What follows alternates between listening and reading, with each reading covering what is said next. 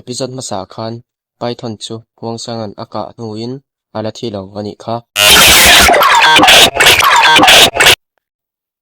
episode 5 ron tan na chuan Python taksa tangin energy chak tak ron chuakin apok dur maya chuta song yanin huang sang chu achip manga biak po atuma ma se abe pop thei tareng re lo maya chutia an boi velna chuan an system chu alo chia ania chuta Python ron thole chu ama ain ala chak jok le ngala chuta Pythonin a fire mong chuan song yan chu a phu rep maya ma se uncle yuan alo chan van ramani Python la in a fire chuan song yan te omna lam tur rin chu a phu ta rep mai chutia Pythonin ro savel lain uncle yu chuan he Python hi apa la ni le ngala a chak ro pui si apa la chu an la thin che em le ngala ti in alo mang ang to khop maya amang an na ti bel cha turin Pythonin aron hule tatat mai chuta a fire mangin a phule tahrep maya ma se an la him thaile rama chutia Python tin rim chuan a bulvel chu a phu kwal vak maya song yani le uncle yu te po fu te rem tak hi ani ringot mai an bula chuan a tleng kol thuaka song yani la ni khwa lo la hrelo le ngala uncle yu tan chuan mang ang thlak tak hi ani ringot mai Python atleng bota ka chuan song yani chu uncle yu an cho pui tum ta a ma se van doi thak takin thinglian pui chuan an pani in aron del don tamai chuta uncle yu in song yani chu anem son han rama song yani po van nei thak takin aron har chok thei ta ramani a har chu rol chuanin uncle yu chu tran pui atuma ma se uncle yu in lau du lovin min kalsan mai ro alo tia ma se song yani lain kalbong san chu alo tum azong lo maya chuta Python chu an lam ron nei sawin song yanin hapu chan na chi pawara mang pun po chu uncle yuin mang su Python an min riat pha mai ti in alo hrila achan po chi pawar hi a sense chak mani chuta uncle yu pok chuan min kalsan mai ro chu atilea ma se song yani po chuan alo ladu chuang lo uncle yu chuan ipa ne na veng him tur chen thu thiam kala to keima wanga ithi ve kherangai lo alo tilea chutia anin hial boi lai chuanin Pythonin alo en rang to maya a fire manga attack atum rual chain hong sangan flare gun chu ron ka pen chuan Python a ril ru chu ala peng ta dai mai flare gun ka na lam chu a fire mangin a phu vak maya chuta hong sangin song yan ni te chu a pe pop le thei ta rama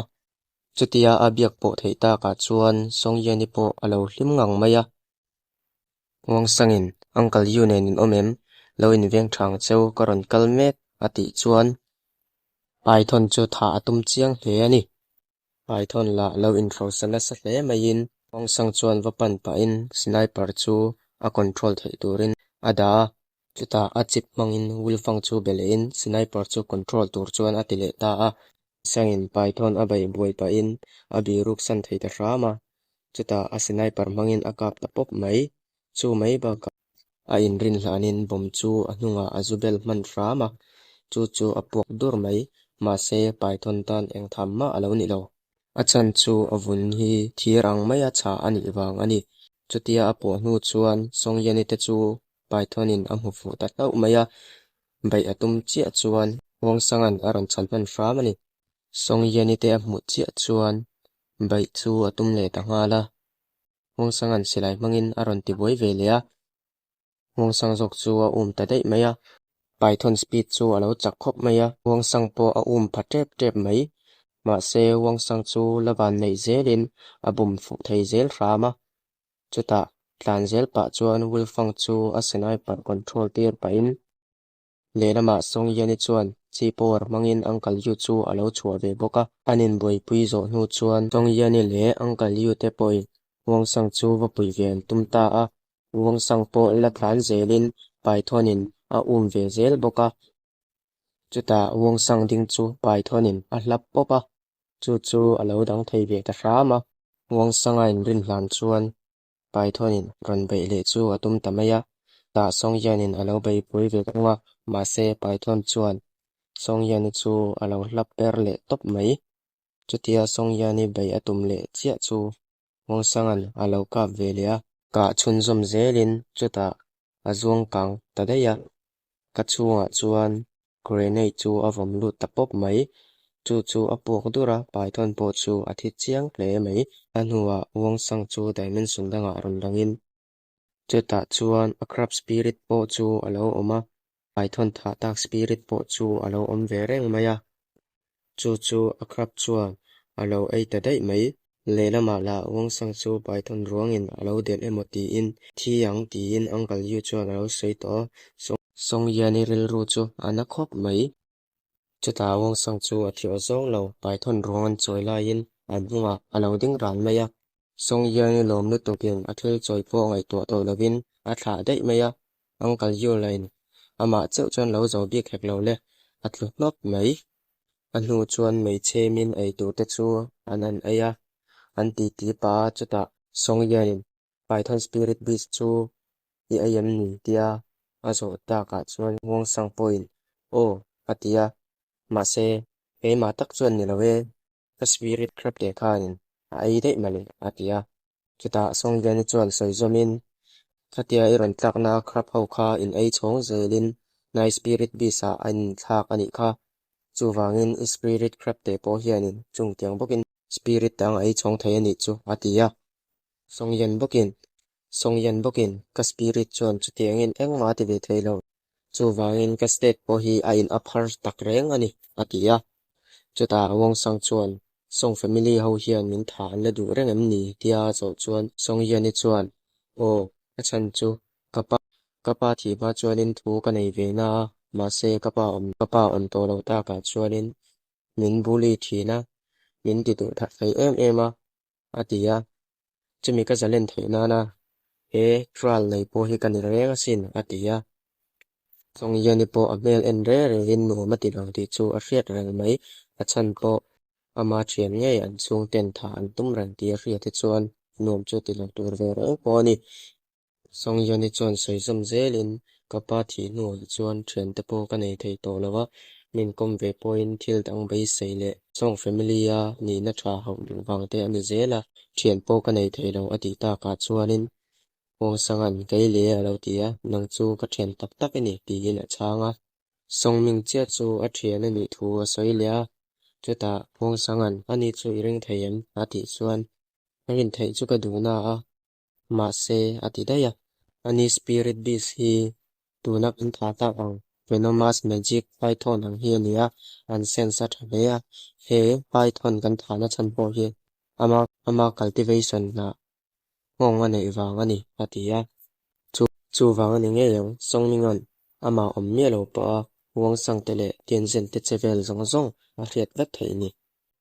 wong sangin keipo phoenix spirit nei thian ka nei alom ati ta ka chuan song yanin ano panglaya alo chiar thin to thu chu a hre chuak wara apa ne na an om dun lai te chu hre chuakin chuta chunu chu engtin nge imu reng ti in wong sang chuan kamu manga alo ti maya chunu chuan mi zong la mi that ro mi ti alom atia asin chu rolin thakin sokor tolai li ron langin chu tolai dir pu te chuan song yani le wong sang te chu an bo hnuwa chuk mi te chu uncle yu ron hruai an ni chuta tolai dir chunga chuan lutin a chunga chuan song mi nga po halo om reng to mai pon lama chuan a drone dragonfly chu alo betir ve ran mai song mingan song yani chu itral ipas thi thu hi great elder messenger kan rilanga great elder in alo pom chuan izalen deuh don nia atia wong sang le alo ti man mo wong sang hi kan song family wanted ani reng don mi ati chia chuan song mingan kapui thei rong che alo ti hal thuaya ma se brother wong sang hi him zok nan kan secret agent ne na ka thon theyang che alo tia ma se wong sang chuan song ming ne na song family ven him na kam molong alo ti all sam the na song ming bokin idua piang chu song family hian kan ti sakha lang che ati lea chuta wong sangin chol hadam kamamu ani hati chuan an tulai lir chu an ding lokka wong sang chu chukin amut na tur lama chuan akal na a amut na tur lama chuan kalin wong sang chu awamu ve maya dragonfly adron mangin an tong zong chu ala ngai thave reng mai song mingan wong sang chu great elderin training thatak a pek tum thu te chu a soya ma se song yani point ngong sang hian python kha a thata sin atia chuta songming bokin low level chi ani hi alati rama grade eldan hian ngong sang lam a in dai family lam hi angai ngai ven jok ati chuan song yani chu atim te ya chu thu ngong sang an a hriat chuan angai thlak ruk na chu ati top ta a in cultivating a crop chu da gon get siam sakin a chho tir ta a ran har thutin in an lang thleng rang to maya chuta a chuk rualin song yani chu lau thong ti hriat takin ngong sang hena bei kan tok atia tinge tia zo chuan dai si ti in alam changa chuta sin chu a in thlaka hring ruang chu sakorin aron phura songke ma chuan alo puya songke ma chuan lo boi pui ngalin chu pa chuan dai sia aron kal man moru ati nu chuan a chat thata ngala dai si aron kal ti an hriaten an hlau lutuk chu re chul maya ral kel dar chu ti ri in ma se an tlai zo to dai si chu thin rim tok in aron kala an kulpo chu asu chet vek mai songke ma om zong zong chu an let deuh fur maya chuta dai family te chu ron langin an hmel en pu in an chak don ti chu a hriat rang mai chutia an boi lain dai si wong sang ka thana tura min lo dal tu piang te chunga chuan zangai na kalan tir lawng ati char chara dai si hi dai wana pa o alo thin rim po hi a om lang fan lang ani hi sin chu in thak da in wong sang chuan a selai par chu alo en kol vel meka chuti lai takin kaw ya ite chu ron lang lein kati pat master mi min zui mo thati khania tin a chuan lam te chu an soi zung zunga wong sang point a ron mangin sevel chu alo scan zung bok chuti lai chuan kaw ya chu a tong le bor le ngala ma se wong sang chuan alo ngai thla o zong lo scan chu alo zo ve ta reng mai chuta kaw ya chu dai si chung chang azota dai si chung chang azot le a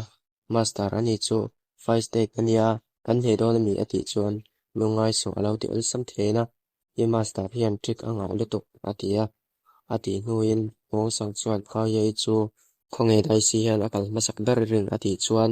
kaw ya in dai hona thina song forbidden area ni ka ring tin a changa song yan point song forbidden area mo ati sapa chuta kaw ya in dai si chu ati chia wong sang in hilawem ni ati chuan o ati rang khop mai mi tu po hi kan haw vek alom atia hei not tin wong sang chu apea chu not chu zulinga le thathon lek hi ni in chuta chuan sanga siam dan a hrila alom zia le sanga azon ngun zia te chu asoya chuan abur te pek ang te chu bele tur chuan aron dil le ani chutia a chiar zeng hu chuan zuling chu bur peturin kaw yani atira chuta songming aron kal le ta thau thobin kaw yani chu rong tokin a chuak le ngat mai ma se ain rap pala atlu ta thop mai ain soi fel rang khop maya anu chuan wong sang le songming te chu thu in an ti thi le luama songming an dai si chu state 5 ania in he thei ka ring lo state 4 chu po an chakna a ma se mi hring le ramsa te zong ke khin rol an ni hei ne matia wong sangin lungai chu alo ti ve le boka ma se songming chuan dai family la ka hi chuan kan veng him thei rong che atia anu a sin chu song yani lama akala song yani chu mani te a omin songming a chu aron kala chuta songming an song yani hena song family home lama kal chu arwala ma se wong sanga angai to ema bangin chutiang po chu ngai thadu lawin wong sanga hena akal ta deya wong sangan e eva hlim lo mel ve alo ti chuan songling city a business itan tum chu enge an zau to en tia azu zo chuan wong sangan na zo lo deu atia chuta songyan bokin tenge songling city ber kher dai family te chen hona ni sin atia achan ko songyan chuan dai si in wong sang athat meng ti chu lo lawani chuta wong sangan soizomin songling city business dia ka kalbo dei lo chuan nang le he khopui hian an tor phang ti hi ka law lom palo ti ve boka min ngai to du su atilea anu dewa soilen a omna tur po chu ka hria lom song forbidden area a atia gaw ya in alo soilok wang ani achan po afapa thina nitlat ti in song forbidden area chu aron langa song ya ni le wong sang te chuan sop mangin dai hon thina dai si te pon chevel chu an mu thei vek ani chuta sniper chu ron le chuakin python ni thana te ro alo ti chuan o lo ti ve mai boka chuta chutia sniper manga atin la in nge kalo ti ve ang ati chuan alua pangpar chu mu in alak saka song ya ni po alo zakhot mai anho chuan dai si chu a chialo ten ran zonin ama a dai si thi la in lo tan chia te pali chu afpa thi na nge ya chuan tha atum mani chuta dai si chu ran chuakin chu mi pali te hne na chuan elai hun hi na rem ti na zota chu mi pali te lain thupa chu an lo choin na sakhop maya ma se avoi khat ete ka chuan a that vek ta mai chu mai po du tok lovin song family ni le sa ngai po chu ran la chuakin tha chu atum le ta maya chu zat chuan song yan po alo timang ang ve de ta ma se wo sangan lang thla mon thua in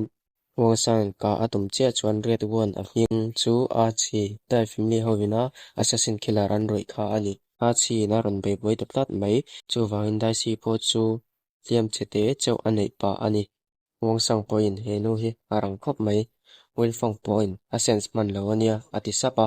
eta hian kan thriat thiam lang takin a chipatanga a bek thin hi will phong ania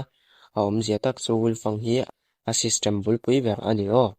chuta a chi chuan song yani chu ron bitum chatin song yani chu atol hnung dora wong sang chu va bai chun zom ngalin rang tak taka khoin chuta le ade karne na chuna tum che chu song yanin alo chan man thrama a chi po chu a leng dor mai chuta an chal man ma hoin ade kar pahnih nen chuan ron bei zom le ngalin song yani chuan alo khan lo cher cher tak hi ani ringot mai a in liam pha reng boka wong sang nen in bei zomin chuta wong sangan a bo photo emo ati la in alo in ti report dei mai le lama dai si te la in song family member ho chu za ngai na nei lovin an lo that ta vek mai chuta le a chi la in a spirit beast shadow twice blade heavily demon trigger chu ron kovin wong sang chu abaya wong sang tan bum ngai na om to lo kha matang chuan tla in alain von tang thai sa ma chuta lon le thei sa min song yang ni le a chi in bei lai chuan a flat bom nen alo vom ve pop maya chutia a chi boi ranin song yang ni chuan va bei zom ngalin ma se langam lo tak ani chuti chung chuan wong sangan dai si a tha thei nan hun rang sem sak chu atum ta thawa song yang ni chu a che zo ka tanga wong sanga po vai ka lo ka sol to awangin a hu phur ti chu a thlan tlak dana tanga hriat ang mai a spirit wala chuan engma an lo chetare re lo maya ama lo mu to nu bok chu ran langin wong sangan tinge min zong la mi that lo min ti enge om zia dia zo chuan eng tin ma a chang chong lo wong sang point nga tinge ka spirit wala i ron eng ver ngot dia zo le chuan eng tin ma chuan a chang le chong lo a phoenix spirit chu a thlok kwal tir nu in ama chu a bo le ta deya chuta wong sanga krap te tak te atang chuan por chak tak hi ran chuakin a puak chuak tur mai ti chuan thil eng kim chu angai ang bokin an chele ta a chuta a krap chu dragon gate a lon chu atum le ta a ama po khan alo zuang to a ma se asin a ron kat ta dei ani kha ma se tun truma ero wong sanga pui po ngai lovin dragon gate chu a zuang khum ta pop mai chuti rualin wong sangin dragon a in thak ro atia dragon a in leta chuta ability po pungin ama a alo ka thel thin chu en than po ngai lovin a kap thuta pop mai le lama a chi le song yani tak in beina chuan in rol vatin ability phung thu chu a chi in a mu in a ne thei don lo ti a in tlan chet chu a rola tuna hian wong sang po first state ani ve ta o chuta warning chu an donga dai family ni le sa ten an ron zong chu alo ni an lo chang nam hun chu an ron tleng thuaya ma se an ma ni chu an om to tatat lo ti an hret chuan an zong kwal ta a tia an zon kwal na lama wong sanga bom kam chu rak fu palin ulfangan a che patangin hret tir na thu chu wong sanga lo pe ve le boka song yani chu wong sangan in lama ho to turin apia nang le alo ti chuan min ngai tu du su i in akal ta deya chuta song yani min mamo chuan min ron mu na tur i hret kha atia o ti na lo chang ve ngala kan hret ve an phol lo ni nge yang chuti lain dai family hovin an lo zong ve me ka chutia an zon mek lai chu wang sang pawh lo hmu ve rengin an mani chu engzat nge an ni ti chu a chhiar keuh keuh a chuti lain kau yai te tlan mek chu a hmu a hmaah chuan a zuin lan ta a sin chu rahin kat le dawrin dai si chu a pawl ten tawlai lir hmangin an in lam chu an panpui a an trap mai a dai si chu a rawn chet a thut phut nei le